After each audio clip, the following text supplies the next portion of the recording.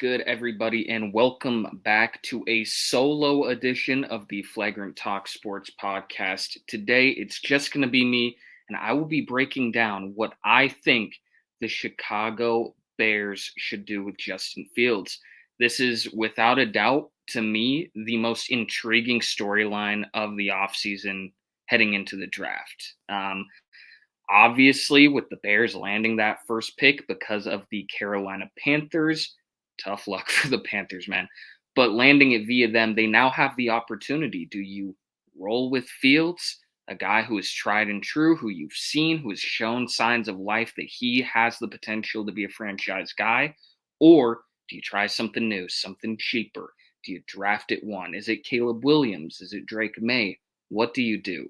In this video, I will be breaking down the Bears' options, what they could potentially get in return, along with some pros and cons, teams that could have interest in Fields and that I would like to see him play for, and then in the end, what I would do in this super complicated situation that the Bears are in. Starting us off, what are the Chicago Bears options? The way that I broke this up is I have the Bears having three different routes, essentially, no pun intended, that they can take with Fields. The first one, you keep Justin, you make him your franchise guy, and you draft with that first overall pick a piece that helps improve the team. Maybe it's Marvin Harrison. Drafting a receiver at one would be, it would rub a lot of people the wrong way, even with Marvin being that good in my eyes of a receiver, a generational type of receiver. You could stick with Fields. You give him that top option, him and DJ Moore now in your receiving core. You've given him two very viable, what should be Pro Bowl receivers. That is option one. Option two, you keep Justin Fields again, but this time you trade back potentially with that first pick. If you're not going to draft a quarterback, there are a hell of a lot of teams that would take the opportunity to trade up, whether that be Caleb, whether that be Drake May, whether, Jaden Daniels. I would be shocked, but you don't know what these GMs are thinking. If you want to roll with Fields and you say, hey, we can trade back a couple picks, still get maybe Malik Neighbors as a receiver, get something back, and maybe we add another first-round pick next year, that could be a route that the Bears go as well. In this situation, obviously, they're keeping Fields. So these first two are hypotheticals where you keep Fields, the difference being you draft at one in the first one to give him a key building block. The other one, you trade back. The advantage, too, is the Bears have another top 10 pick of their own, the 9th overall pick. So they'll have the decision, if they want to. With those two picks, you're still adding two top 10 guys in the draft, even if you trade back. So kind of an interesting thought. The first one of keeping him and drafting at one, it's the path of least resistance. You're not making any trades in that one. In this one, you're keeping Fields, but you're trading the pick. This last one, you trade Justin Fields away to a new team. You reset your quarterback position, and you draft at quarterback. In my opinion, Caleb Williams is the best quarterback in this draft class. I would draft Caleb. So for this situation, hypothetically, I would have them trading Fields to a different destination and moving on with Caleb. Those are the three ones that are in my head, at least. I would love to hear if you have any others, but I think one of the routes the Bears go is one of those three at the end of the day. The next part, what could they get in return along with some pros and cons? Pros and cons, off rip. Pros, if you keep Justin, you know what he is. He's been in that offense. He's coming off of what is, in my opinion, his best season as a pro. He has the talent. He has the legs. You can surround him with more talent on the offensive side of the ball, and you can allow him to grow in Chicago. He clearly likes it. So this isn't one of the guys who wants to leave. He is cool with being a Bear, at least publicly. He's made it that way. Some of the cons, and this is the number one, you're going to have to pay him. And if you're going to pay him, he's going to want franchise quarterback money, rightfully so. If you don't draft a quarterback at one, you're rolling with me for the future, you're going to be in the ballpark, in my opinion, of $40 million a year. Who knows? It could be more. It could be less. It's going to depend. But whatever team trades for him, there's going to be the potential of a franchise tag. There's going to be that big contract that will be looming if you decide to keep him. So those are the biggest pros and cons. The pros being, hey, he's been here. We know Fields. We like Fields. Chicago likes Fields. The Bears fans that I know like Fields. They want to see him stay. There's definitely some that want a move of quarterback. That's what makes this so complicated, is it really does feel kind of 50-50 or 60-40, however you see it. What could they get in return? Now, for me, I would be very shocked if the Bears got a first-round pick for Fields. Whether it be this year's draft or not, I personally would be pretty shocked. So I think it's fully possible that they get a second-round pick back, even in this year's draft, if they were to trade him. That would be, to me, if I'm a team trading for him, I think that's fair value. Maybe you put some restrictions on it. Aaron Rodgers had it where he had to play a certain number of games. And if he did, the Packers pick that they got from the Jets improved from a second rounder to a first. Maybe there's something like that on the table. I would be surprised, but who knows, right? That those are kind of the nitty gritty kind of things of the trade process. But I think, what they could get in return is a second round pick. That's totally realistic, even in this year's draft. And then maybe something smaller. Maybe it's a sixth round pick in another year's draft, or it's a seventh round pick that can move up to a 6, or a 6 that can move to a 5, something like that. I think is kind of realistic for Fields. I'd be pretty surprised if a team gave up a first for him, right? Because I feel like at that point, they might want to trade up and get their own guy, a guy who they're not going to have to pay in the draft or punt on it and go and do it next year, spend a second, however it is. So I think a second rounder and maybe a smaller component is kind of what I would expect from Fields in a trade. Now the teams that I would like to see him have, the potential trade destinations, the teams that make sense in my brain to where we could see Justin Fields go. First off, he is a Georgia native. This is, in my opinion, my favorite pick. He obviously went to Georgia before transferring to Ohio State and balling out there. The Atlanta Falcons, they are the number one team to me. I would love to see Justin Fields in that offense with Bijan Robinson, who they just spent, a top 10 pick on last year at running back. You still have Drake London. You have Kyle Pitts, who all of these weapons just feel like they haven't quite been unlocked yet. And I'll hold off on the coaching, of the Falcons. They're moving on. So we'll see how this new offense looks with that. But I like Fields in there, the potential read options that you could do with a Bijan in that backfield. He's a nice, safe receiving back as well. So it would kind of open up that side of the offense for Fields. Drake London, a big physical, maybe less physical, but a big receiver who can go up and get it. Kyle Pitts, basically a big, bulky receiver at the tight end position.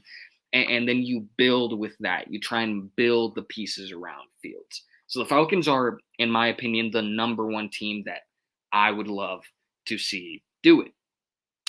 What makes it interesting is in the hypothetical, kind of going back to it, if they were to trade back from one, the Falcons hold the 8th pick in the draft.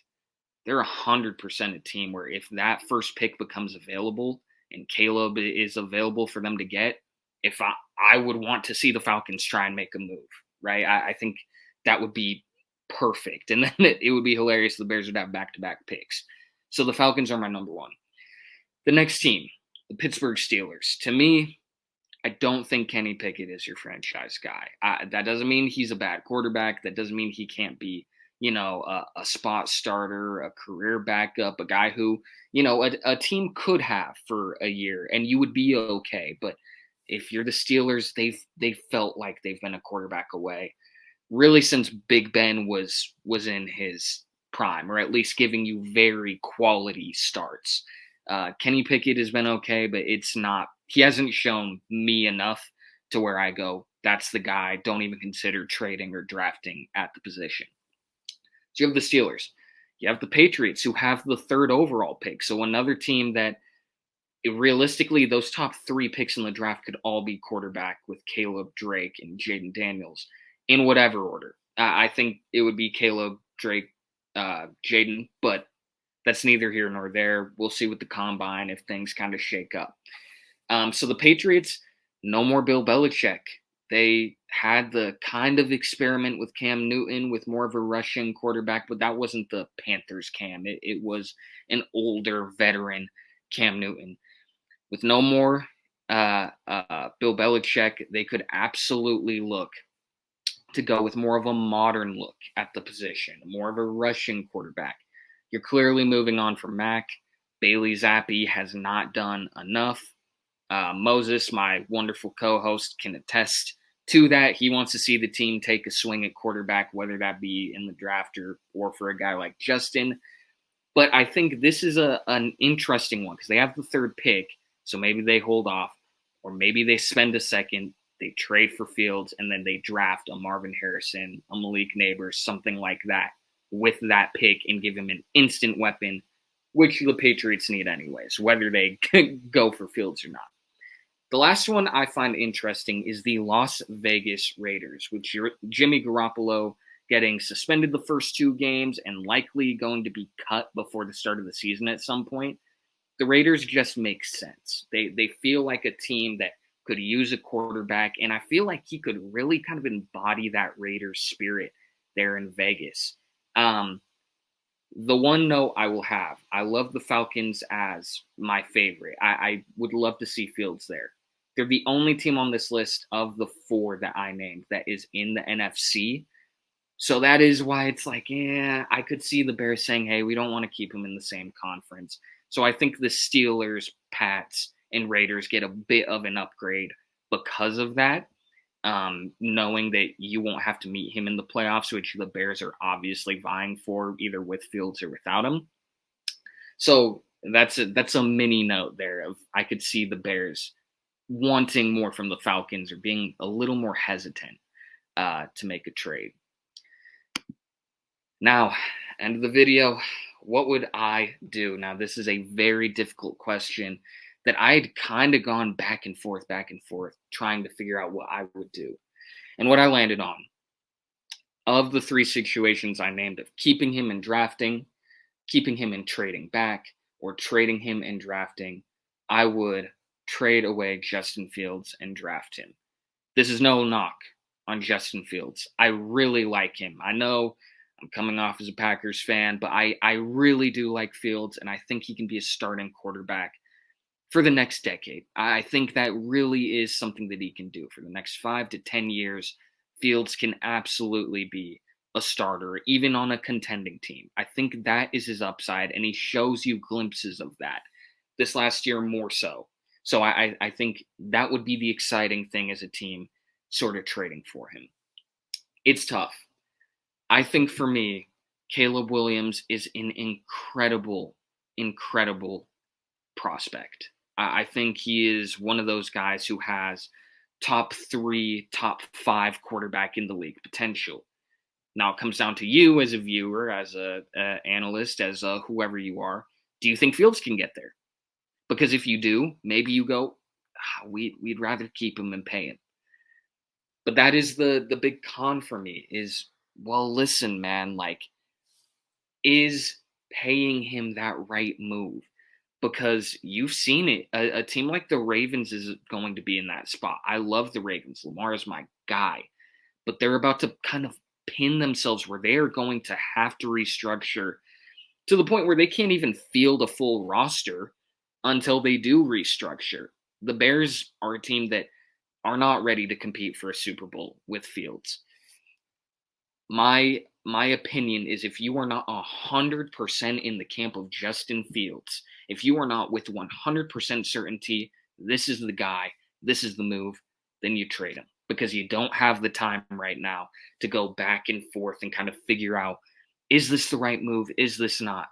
If Fields goes out there next year and is not playing well, you missed on your opportunity. You missed out on Williams. You missed out on Drake May. You missed out on Jaden Daniels. And now you're going to have to pay Fields a pretty penny, right?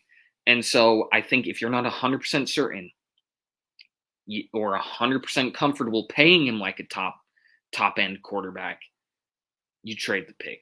That is just kind of where I'm sitting at heading into it. Now, a timetable for this trade, who knows? It feels like every day it's like, oh, there's an offer on the table. It could go back. It could, who knows what's going to happen. I expect the Bears to milk this. I could see them going through the combine, figuring it out, even if they know whether they want to keep Fields at this point or not. They're going to want to see every team's best offer. They're going to want to see what the Falcons' best offer is, what the Pats' best offer, the Steelers. The Giants are an interesting one with Daniel Jones, who they just gave top end money to, where it's not looking too pretty. So it's interesting. The Bears are in an interesting spot. I don't envy the spot that they're in, man, which is why I'm so happy my guy Jordan Love proved that he is the guy going forward, like without a shadow of a doubt, because this is tough, man. And if you're Fields, I'd understand if you feel a little slighted. But interesting thought process. This is my favorite thing to talk about in sports with Bears fans, with football fans. So let me know your opinion in the comments. I won't say you're wrong if you say to keep him. I like Fields, but personally, I would trade him away. With all that being said, even when I'm solo, we still got a song of the pod, Gangsta by Free Nationals featuring A$AP Rocky. I'm craving some new Anderson .Paak. So if you're listening, my brother, please drop some new music. That's your song of the pod. Don't matter that it's solo, baby. We still keep that up. Thank you for watching. I appreciate y'all. I'm excited. We got lots of new content coming. Mo and I are cooking. So get ready. We hope y'all have a wonderful, wonderful rest of your week. And we can't wait to see y'all in the next video. Peace out.